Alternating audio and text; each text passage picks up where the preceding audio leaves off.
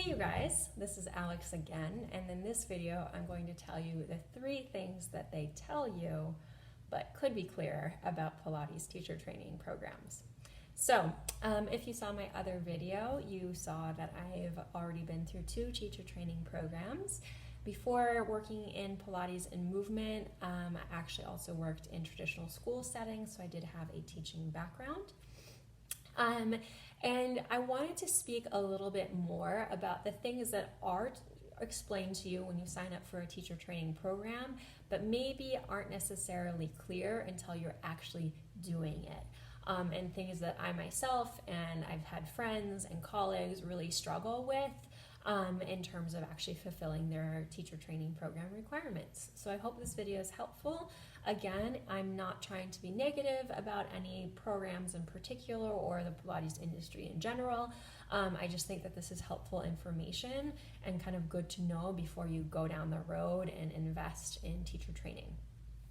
At the end of the day, I want everyone to feel good about the decisions they're making and not have any surprises or hiccups along the way. So, number 1, that is a little bit unclear in program requirements is anatomy. So with anatomy anatomy components or units in teacher training, each program approaches anatomy and the requirement for the anatomical understanding that you should have to graduate very differently.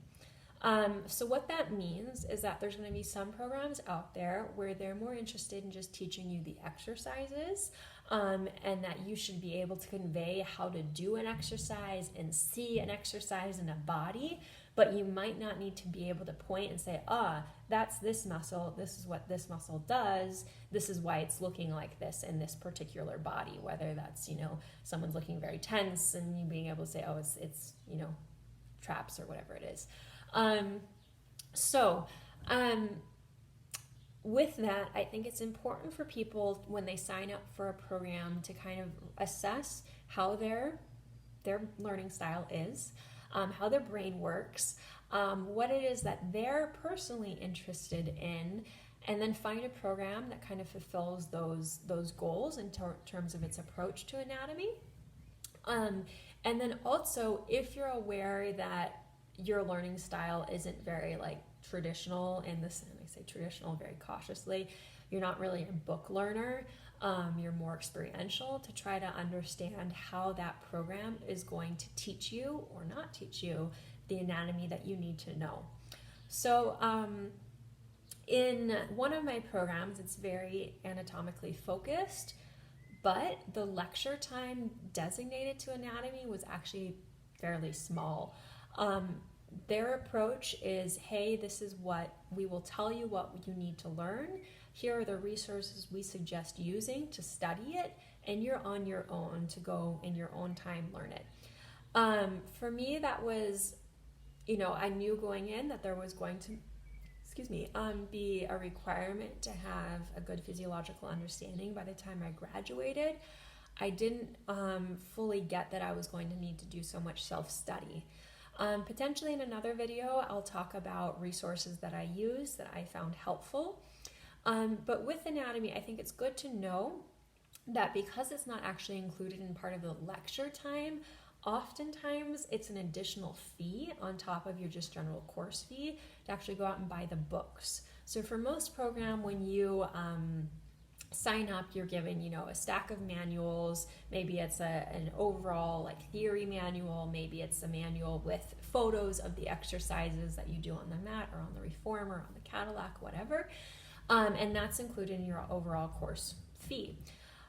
You then still need to go to a bookstore or go online and then buy, whatever books it is that you choose to go with to learn the anatomy. So that can be a little bit of a surprise depending on where you live. Those books might be kind of expensive, so it's good to kind of factor in, especially if budget is something you're aware of, and kind of clarify before you sign up. Is there going to be any additional fee, or I'm going to need to learn this all on my own, in which case any fees are, my own decision. So again, maybe down the line I'll do a video about what an and anatomy resources I use and I found helpful. For me, I'm very much an experiential learner. I like to see things and kind of dissect things, take them apart. And so I went about how I learned anatomy a little bit differently than some of my friends who were able just to sit down and read a book for like a couple days and have it in their brains. That's not how I work. Cool.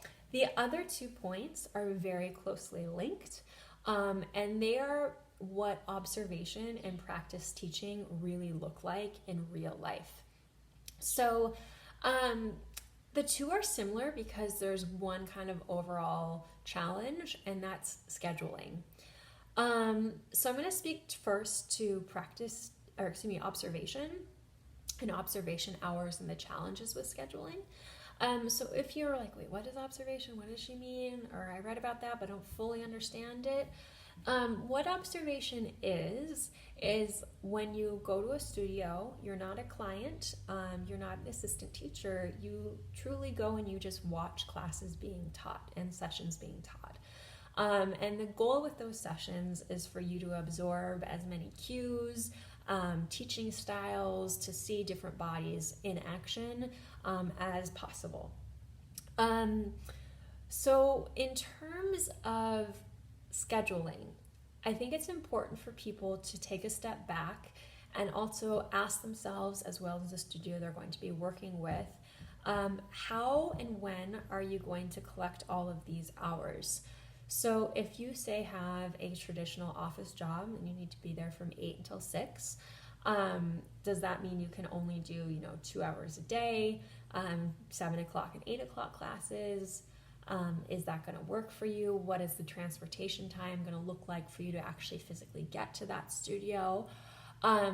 And really break it down, because observation hours can be a lot of hours. It can be 50 hours, it can be 100 hours, it can be 150 hours. It's not the most fun part of teacher training, if I'm honest, at least for me. So it can be kind of easy to put to the side and forget about it maybe, but it's still a requirement from your program. So you have to figure out, okay, how am I going to do this? Do I need to take off time from my other requirements, my other obligations, to just go and observe in a studio and be able to try to collect 4 hours in a day or 6 hours in a day? Also remember that if you're going to try to go for I'm just going to casually do 6 hours, that's physically really hard too, because it's tiring. It's not always super comfortable because you don't know where you're supposed to sit or stand. So you have to take into account how all of that will work out. Some programs will allow you to observe online. Not all programs will. If you can observe online, that makes things a little bit easier. Maybe you come home, after dinner you can watch one class, take notes, go to bed. But with that, it's also important to make sure that you clarify beforehand who you can observe with, which schools you're allowed to observe, and if that's aligned with what your possibilities and your options are. So if, for an example of that, let's say, I'm going to make up names just so it's super clear that I'm not trying to badmouth any school. You're doing your Pilates teacher training through the Blue Pilates School. And they have a very specific way of doing things and cueing things and teaching things. And they come into your city and they're hosted by the Red Pilates Teacher Studio, or Red Pilates Studio. And all of those teachers there have gone through an in-house Red Pilates Studio training. Are you allowed then to watch Red Pilates teachers if you're doing a Blue Pilates School certification program? Some programs will not allow that, or they won't count those hours. Other programs will. Some programs, they might allow it, but you might find, hey, this is really confusing because they cue or they go into their 100 or their teaser or their whatever a little bit different at the Blue Pilates School than at the Red Pilates Studio. There's a different approach. And if you're not seeing it in action, that can really throw you off. If you're used to seeing one thing and you've been observing all of these hours, and the whole time you were getting, okay, this is the breath pattern for the 100, and then you go to exam and do it, but it's the blue Pilates philosophy, not the red Pilates philosophy. They want to see their method being executed, being taught, and not something else. So that's something really, really important. I think can be very confusing, especially for people who are new to the whole Pilates industry, is who is it that I'm allowed to observe with, not just when, not just where, not just how, online, face-to-face, but who is it that I'm actually allowed to observe. The other thing to be aware of is there going to be any sort of fee?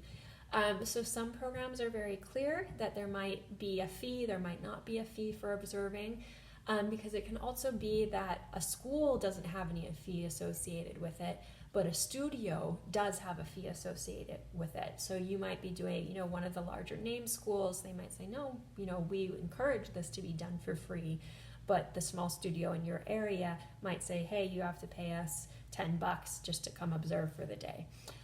So again, something to clarify, because that can be an additional cost for some people. That can kind of be not so great if you find out the hard way after you've already signed up.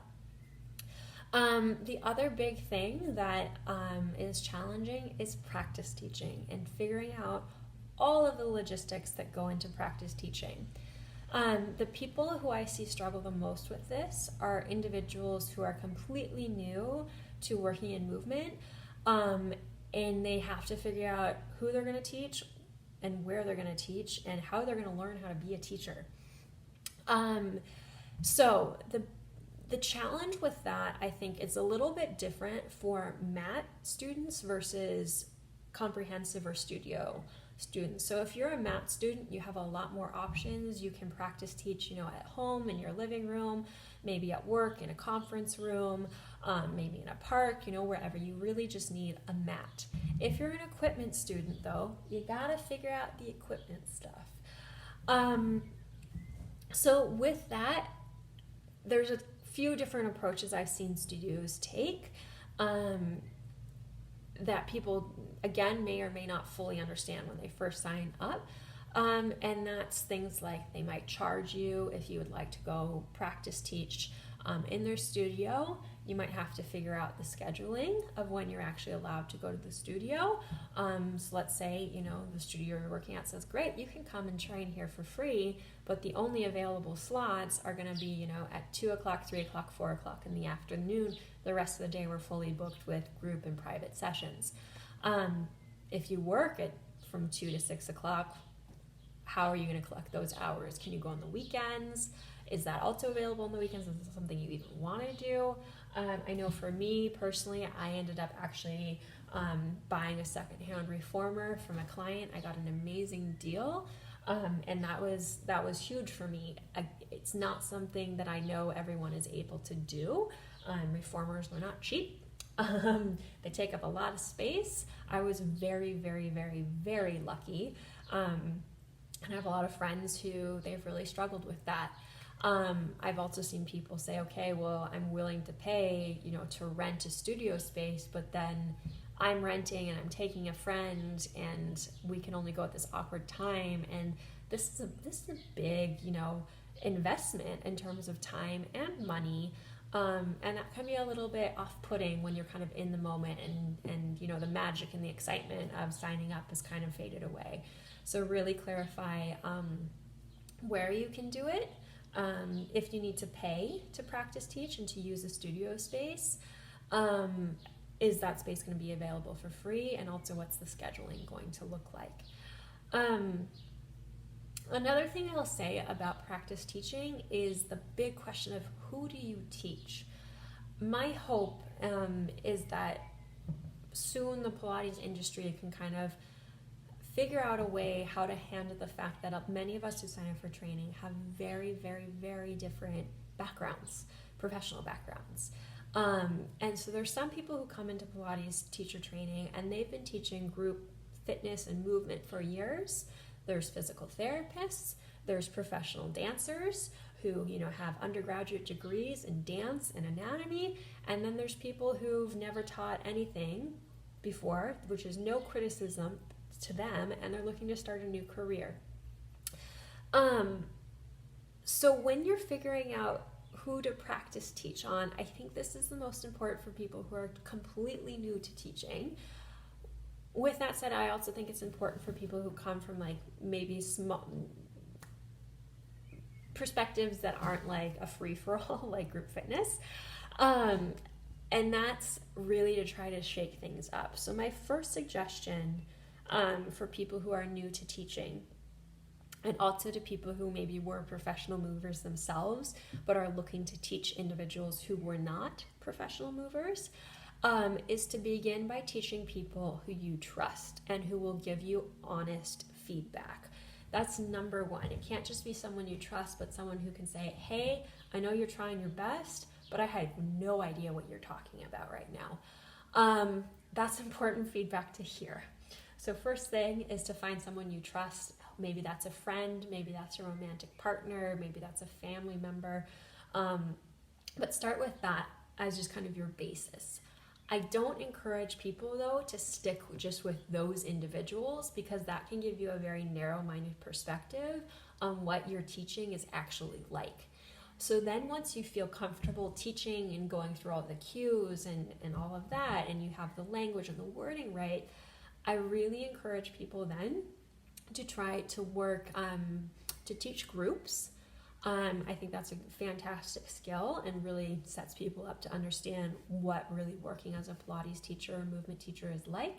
But then try to teach people who have an understanding of their body or the method, such as dancers or other Pilates teachers, but then also try to teach groups of just average people.